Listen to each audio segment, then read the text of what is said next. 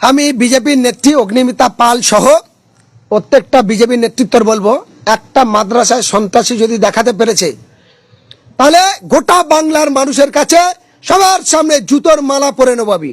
আর আমি দেখাবো এই অগ্নিমিতা পাল এরা অনেক জায়গায় প্রকাশ্য অস্ত্র নিয়ে ট্রেনিং দিয়েছে।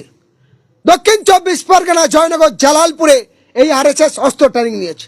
দক্ষিণ 24 পরগনা বাসন্তী থানা সোনাখালী রামকৃষ্ণ মিশনের মধ্যে অস্ত্র ট্রেনিং করেছে। সারা পশ্চিমবঙ্গে এই সন্ত্রাসী ট্রেনিং তাদের তৈরি হয়, তারা জাতির দাঙ্গা লাগায়। ফলে একটাও মাদ্রাসায় এই তৈরি হয়নি। যদি তা হতো তাহলে মাদ্রাসার মধ্যে দিয়ে এত সুন্দর সম্প্রীতি তৈরি হতো না, মানুষকে ভালোবাসার ভ্রাতৃত্ববোধ তারা ছড়াতেন না। ফলে এটা বিজেপির একটা রাজনৈতিক ষড়যন্ত্র করে বদনাম দিয়ে হিন্দু মুসলমানের মধ্যে একটা দাঙ্গা লাগানোর চক্রান্ত তৈরি করছে। ফলে আমি তাই বাংলার মানুষের বলতে চাই, যারা বলছে হোসেন গাজী কোন রাজনীতি করে, হোসেন গাজী দেশ বাঁচাও সামাজিক কমিটি 2013 তার প্রতিষ্ঠিত করে। আমি দেশ বাঁচাও সামাজিক কমিটির প্রতিষ্ঠাতা এবং তার রাজ্য সম্পাদক। আমি হোসেন গাজী দক্ষিণ 24 পরগনা জেলা জমিয়ত উলামায়ে-হিন্দদের একজন কর্মী। কোন জমিয়ত? জমিয়ত দুটো, একটা সিদ্দিকুল্লাহ জমিয়ত আছে, একটা হযরত মাওলানা আরশাদ মাদানী সাহেব বরকাতু তার জেলা অফিস দক্ষিণ 24 ভাঙড় কাঠালিয়া মদিনাতুল মাদ্রাসা। জনাব হাফেজ মাওলানা শওকত আলী কাশিমি সাহেব তিনি আমাদের জেলার সর্বময় কর্তা, আমরা তার সৈনিক। 1, 2, 3 নম্বর হলো আমি সিপিডিআর ইন্ডিয়া হিউম্যান রাইটসের পশ্চিমবঙ্গের রাজ্য কমিটির কোঅর্ডিনেটর। একজন মানবাধিকার কর্মী হিসাবে পশ্চিমবঙ্গের মানবতা হরণ হচ্ছে, পশ্চিমবঙ্গের মানবিক হত্যা হচ্ছে, পশ্চিমবঙ্গের মানবিক ধূলিসাৎ হচ্ছে, পশ্চিমবঙ্গের মানবতাকে জুতো পালিশ করছে। তাই আমি মানবাধিকার কর্মী হিসাবে বুঝেছি এটা আমার গুরু দায়িত্ব, আমার একটা কর্তব্য। তাই তৃণমূল এবং বিজেপির স্বৈরাচারী ফাসিস্টবাদ দুর্নীতির বিরুদ্ধে যতগুলো রাজনৈতিক দল আছে তাদের একসঙ্গে মহাজোটের জন্য আমি আহ্বান জানাচ্ছি। তাই যারা জানতে চাইছিল হোসেন গাজী কোন দল করে, আমি তাই বলছি, আমি আইএসএফ, আমি সিপিএম, আমি এসডিপিআই, আমি এমআইএম, আমি জনতা উন্নয়ন পার্টি, আমি সব। আমায় বলতে চাইছি আপনারা সবাই আমাদের বন্ধু, একসঙ্গে মিলেমিশে করি কাজ, হারি জিতি নেই লাজ। তাই সবাই মিলে বাঁধো জোট, তৃণমূল বিজেপির বিরুদ্ধে সব ভোট। এটাই যদি করতে পারি, বাংলার প্রত্যেকটা হিন্দু মুসলমান আমরা যেমন এক ট্রেনে ইয়ারকি আমোদ করে যাই, একই কারখানায় যেমন কাজ করি, একই স্কুলে সব ছেলে মেয়েরা পড়ে, একই অটোতে যেতে পারি, বাসে যেতে পারি, হাটে বাজারে চলি, সেই সুন্দর সম্প্রীতি। তাই আমার বিশ্বাস এবার পারবে বাংলা, তাই দেখাবে এই সারা ভারতবর্ষের রাস্তা। এবং বাংলার মানুষ যেমন স্বাধীনতার রাস্তা দেখেছে, তেমন ভারতবর্ষের রাস্তা দেখাবে। 2026 নির্বাচনে তৃণমূল বিজেপির পরাস্ত করবে। হুমায়ুন কবির তিনি একসময় বলেছিলেন, কিছুদিন আগে তিনি বলেছিলেন যে বিজেপি যদি আমাকে সাপোর্ট দেয়, তৃণমূল যদি আমাকে সাপোর্ট দেয় তাহলে আমি সেদিকে যাবো। তাহলে এটা কি রাজনৈতিক চাল বলে মনে করছেন? না, দেখুন এই কথাটা একটা বলেছে উনি একরকম ভেবে, সেটা যারা বুঝতে পারেনি ক্লিয়ার করেন। এই কথাটা আমি ক্লিয়ার করছি। হুমায়ুন কবির যে কথাটি বলেছিলেন যে জেউপি চেয়ারম্যান, তাকে আমি সম্মান করি, শ্রদ্ধা করি, কারণ তার নামে যে যা বলে বলুক, আমি নিজের চোখে প্রমাণিত বহু মানুষের কর্মস্থানের ব্যবস্থা করেছে। সেখানে বাবরি মসজিদকে কেন্দ্র করে ইউনিভার্সিটি হবে, হাসপাতাল তৈরি হবে, আবাসিক হোটেল হবে, মডেল স্কুল হবে, হেলিপ্যাড হবে, আরো অনেক কিছু তৈরি করতে চাইছে। তার জন্য একটা বড় টাকার দরকার, তিনি গুটি গুটি পায় সেই কাজ শুরু করেছে। আগামী 11ই ফেব্রুয়ারি সারা রাজ্যের মানুষ যারা এই বিতর্কিত করছে তাদের বলবো গিয়ে দেখে আসবেন। ফলে হুমায়ুন কবির কি বলেছে, তিনি বলেনি আমি তৃণমূলে চলে যাব, তিনি বলেনি আমি বিজেপি চলে যাব। তিনি বলেছেন যদি ত্রিমুখী সরকার গঠনের জন্য পশ্চিমবঙ্গে ধরুন 294টা সিট, 294টা সিটে তিনি একটা তর্কের কথা বলেছে। ধরে নিন আমি হুমায়ুন কবির 150 সিট পেলাম, বা 150 ভিতরে দেখা গেল 60টা সিট তৃণমূল পেয়েছে বা 60টা সিট বিজেপি পেয়েছে। তর্কের খাতিরে যদি মেজরিটি পার্সেন্টের জন্য তৃণমূল সমর্থন জানায়, জানায় আমি এটা বলেছে নিয়ে আমি সরকার তৈরি করব, আমি দেশ পরিচালনা, বাংলার পরিচালনার রাস্তা নেব। আপনারা জানেন বামফ্রন্ট ইউপিএ সরকারের জোটে পেছন দিয়ে সমর্থন জানিয়েছিল, কিন্তু বামফ্রন্টের কোনো এমএলএ, কোনো এমপি কংগ্রেসের জোটে থাকলেও একজনও মন্ত্রিত্ব সভায় নেয়নি। তারা পেছন দিয়ে সাপোর্ট দিয়েছে সাম্প্রদায়িক বিজেপিকে রোখার জন্য।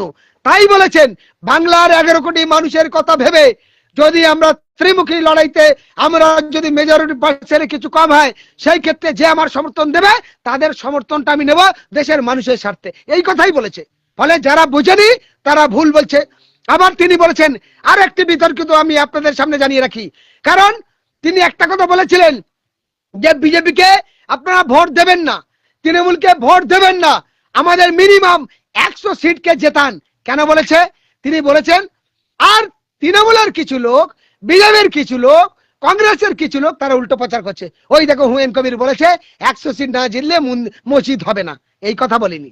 তিনি বলেছেন আমার যদি 100 সিট জেতান, আমার মসজিদ কেন, ইউনিভার্সিটি কেন, কলেজ কেন, হসপিটাল কেন, হেলিপ্যাড কেন, বিভিন্ন কিছু করতে সুবিধা হবে। আর যদি আমার সিট মেজরিটি পার্সেন্ট কম হয়, স্বাভাবিকভাবে তৃণমূল শক্তি প্রয়োগ করবে, বিজেপি শক্তি প্রয়োগ করবে। আজ তো আপনারা দেখছেন মসজিদ করার অপরাধে তৃণমূল তাকে সাসপেন্ড করলো, কিন্তু মমতা ব্যানার্জি মন্দির করছে, তিনি প্রসাদ বিতরণ করছে, তিনি পূজার টাকা দিচ্ছে, তিনি খেলা মেলা নিচ্ছে, তার কে বহিষ্কার করেছে ভাই? আজকে বিজেপি মন্দির করছে, বিজেপি বহু অনুষ্ঠান করছে, বিজেপি খুঁটি পুজো করছে, তার নিয়ে কোনো মাথা ব্যথা নেই। হুমায়ুন কবির করছে বড় অসুবিধা। ফলে যে কোনো যদি মুসলিম মুখ বা দলিত মুখ তারাও যদি প্রতিবাদ করে, তারা সঠিক জায়গায়, তখন তাদের বিভিন্ন রকম তকমা দিয়ে আটকানোর চেষ্টা করে। এটা বাংলার মানুষকে বুঝতে হবে এবং সাহায্যের জন্য এগিয়ে আসতে হবে। সম্ভবত একজন কমেন্ট করেছেন যার বাড়ি সম্ভবত ঘুটিয়ারি বাড়ি, বাবুলাল লস্কর, তিনি বলছেন মাখালতলার দিকে কোনো আন্দোলন হচ্ছে না। তো হ্যাঁ, মানে বাবুলাল যেটা বলছে ঘুটিয়ারি আন্দোলন হচ্ছে না, ঘুটিয়ারি তো বাবুলাল পঞ্চায়েত মেম্বার, তিনি বলুক বাবুলাল কত বড় ক্ষমতা যদি থাকে, মাইক লাগাক, আমি হোসেন গাজী প্রশ্ন করবে উত্তর দেবে, আর ও প্রশ্ন করবে আমি উত্তর দেবো। তুমি নারায়ণপুরের পঞ্চায়েত মেম্বার, তোমার দিঘির পাড়ের কজন বিধবা বেওয়ারাদের জন্য কি করেছো, কটা প্রতিবন্ধীর জন্য কি করেছো, কটা কৃষকের জন্য কি করেছো, কটা শ্রমিকের জন্য কি করেছো, কটা গরিব মানুষের জন্য কি ব্যবস্থা করেছো বলো? ভালো করে একটা পাড়ার রাস্তা হয়নি। বাবুলাল ভালো করে জানে নারায়ণপুর পঞ্চায়েতের সামনে থেকে খালভেড়ি যাওয়ার যে রাস্তা, সেই রাস্তার মানুষ রাস্তাটা নেই, খানিকটা হয়ে বাকি নেই। ওই রাস্তাটা কত, খুব বেশি হলে 50 মিটার রাস্তা হবে, সেইটুকু করার যাদের ক্ষমতা নেই, পঞ্চায়েতে ভোটে জিতে নিত, ও সিলেকশন মেম্বার, কি জানবে? নতুন ছেলে রাজনীতিতে এসছে, পড়াশোনা জানে, কিন্তু এখন সে ওই নেতাদের পিছনে ঘুরে তাদের মতো হয়ে গেছে। আমি বাবুলালকে বলতে চাই, হোসেন গাজী সবসময় প্রতিবাদ করে, হোসেন গাজী সবসময় লড়াই থাকে, শুধু এই ঘুটিয়ারি নয়, সারা পশ্চিমবঙ্গে যেখানে অন্যায় অত্যাচার হয়েছে হোসেন গাজী নিজের শক্তি অনুযায়ী দৌড়ে গেছে। তার জন্য কারোর ওইরকম তোলাদের টাকা নেয়নি, কালোবাজারির টাকা নেয়নি, হিরোইন ব্যবসাদের টাকা নেয়নি, গাঁজা ব্যবসাদের টাকা নেয়নি, দেহ ব্যবসায়ীদের টাকা নেয়নি। কিন্তু তৃণমূলের সব নেতারা হিরোইন ব্যবসার টাকা নেয়, গাঁজা ব্যবসার টাকা নেয়, মদ ব্যবসার টাকা নেয়, অবৈধ সমস্ত ব্যবসা চালায়। তা নাহলে এত কিছু হয় কি করে? আজ তাদের আন্দোলন কোথায় গেল? প্রশাসন তাদের, সরকার তাদের, সবকিছু তাদের, সমস্ত কিছু তাদের সামনে চলছে। ফলে রাস্তা নিয়ে যখন আন্দোলন আমরা করছিলাম, বাবুলাল ভালো জানে, তখন তারা কি করলেন, নানান রকম তকমা দিল। আর ওই নারায়ণপুরে মাখালতলার কিছু আন্দোলনকারীদের বিভিন্ন রকম হেনস্থা, বিভিন্ন রকম ভয়, নানান রকম ভাবে পুলিশ দিয়ে ডিস্টার্ব, কই এখন আর হচ্ছে না? আমরা জানতে চাইছি তো ওই বন্ধুদের কাছে। ফলে আমাদের সাহস আছে, সততা আছে, আমরা মানুষের জন্য লড়ি, মানুষের হকের কথা বলি, ইনসাফের কথা বলি। আমাদের অর্থগতি ক্ষমতার লোভ নেই, যদি থাকতো তাহলে আমরা ন্যায়সঙ্গত কথা বলতে পারতাম না, কিন্তু এটা আমার বাবুলাল ভাই পারবে না, এটা ওদের ক্ষমতা নেই, কারণ ওরা অর্থগতি ক্ষমতার পেছনে ছোটে। আমরা জানতে পারলাম 14 তারিখে এসআইআর এর ফাইনাল লিস্ট বার হবে। তাহলে রাজ্যের মুখ্যমন্ত্রী তিনি সুপ্রিম কোর্টে গিয়েছেন, তাহলে সংখ্যালঘু মানুষের উদ্ধার হবে, সেক্ষেত্রে মনে করেন আপনি? একদম এটা নাটক। মমতা ব্যানার্জি কিছুই করবে না, পশ্চিমবঙ্গের অসংখ্য মানুষ এটা বিপদে পড়বে, এবং এটা সম্পূর্ণ নাটক করেছে। তৃণমূলের সমস্ত নেতাদের বলবো, আপনার দিদির দিকে বিশ্বাস যারা যারা করেছেন, আজ 7ই ফেব্রুয়ারি 2026 বারে শনিবার রাত্রে, এখন বাজে ধরুন 8:30, খাতা কলমে লিখে রাখুন।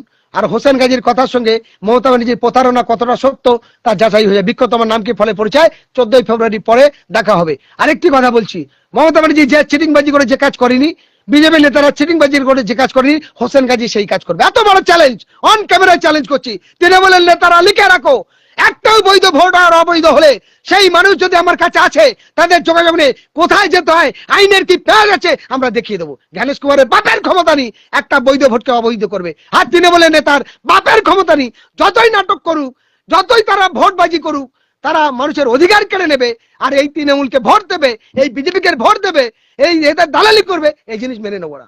ফলে এর বিরুদ্ধে কি করা হয় আমরা নিশ্চয়ই করব, সেই আইনে পরিষেবা দেব, সেই মানুষগুলো আমাদের সঙ্গে যদি যোগাযোগ রাখে আমরা পরিষ্কার মানুষের জানিয়ে রেখেছি। সামনে 26 বিধানসভা নির্বাচন, অনেকে মন্তব্য করছে হুমায়ুন কবির এখন হিরো, ভোটের পরে হবে জিরো, টিএমসি হবে জয় বাংলা, 200-র উপরে সিট নিয়ে তারা। আমি টিএমসির নেতাদের অন ক্যামেরা চ্যালেঞ্জ করে বলছি আজকে লাইভের মধ্যে, অবাধ সুষ্ঠু নির্বাচন যদি করে, মানুষের যদি গণতান্ত্রিক অধিকার প্রয়োগ করতে দেয়, গত পঞ্চায়েতে যেমন মনোনয়ন জমা দিতে দেয়নি, বিধানসভা লোকসভায় দেখলাম একটা তৃণমূলের নেতা 10টা 12টা 15টা ভোট দিচ্ছে, যে সমস্ত বিএসএফ এর লোকেরা বা প্রিসাইডিং অফিসার ছিল তাদের খাওয়া দাওয়া দিয়ে ভয় দেখে চুপ করে বসে রেখেছে। এটা তো মানুষের গণতন্ত্র হরণ করা, এটা তো মানবিক হত্যা করা, এটা মানবতাকে হত্যা করা। যদি ভোট করে যেতে তাহলে আমি বলবো আপনাদের যারা বলছে 200 নয় 50টা সিট জিতে দেখাক। তৃণমূলের যদি ক্ষমতা থাকে 50টা সিট অবাধ সুষ্ঠু নির্বাচন করে জিতে দেখাক। বলুন পশ্চিমবঙ্গের কোন বিধানসভা জিতবে যেখানে সুস্থ ভোট করে জিতবে? একটা বিধানসভা তৃণমূলের নেতার নাম বলে দেখাক। আমি হোসেন গাজী নাম করে বলছি, পশ্চিমবঙ্গে 294টা, এমনকি মমতা ব্যানার্জির ভবানীপুরেও জিততে পারবে না। নন্দীগ্রামে তো হেরেছে, এখানেও হারতো। ফলে আর কত ধমকে চমকে নেবে, কত কারচুপি করবে? নরেন্দ্র মোদীরাও বলতে চাই, তারা যদি বিহারে যদি ভোট চুরি না করতো, বিহারে নীতিশ সরকার করতে পারতো না, ফলে বিকল্পরা শক্তি আসতো। তাই আমি আপনাদের উদ্দেশ্যে বলতে চাই, মানুষ যদি জোট বাঁধে, মানুষ ঐক্যবদ্ধ ভাবে হয়, তাহলে 15 বছর বিজেপি তৃণমূলের দেখেছো, 20 বছর বিজেপি দেখছো, একবারের জন্য মহাজোটকে সমর্থন দিয়ে দেখো বাংলার উন্নত কিভাবে হয়, বাংলার পরিবর্তন কিভাবে হয়, বাংলার শান্তি কিভাবে ফেরে, বাংলার মানুষের ন্যায্য অধিকার কি করে পায়, বাংলার শিক্ষা স্বাস্থ্য এবং কর্মস্থান কিভাবে পরিবর্তন গুছায়, আপনারা দেখে নেবেন। এটুকু আবেদন রাখছি আপনার।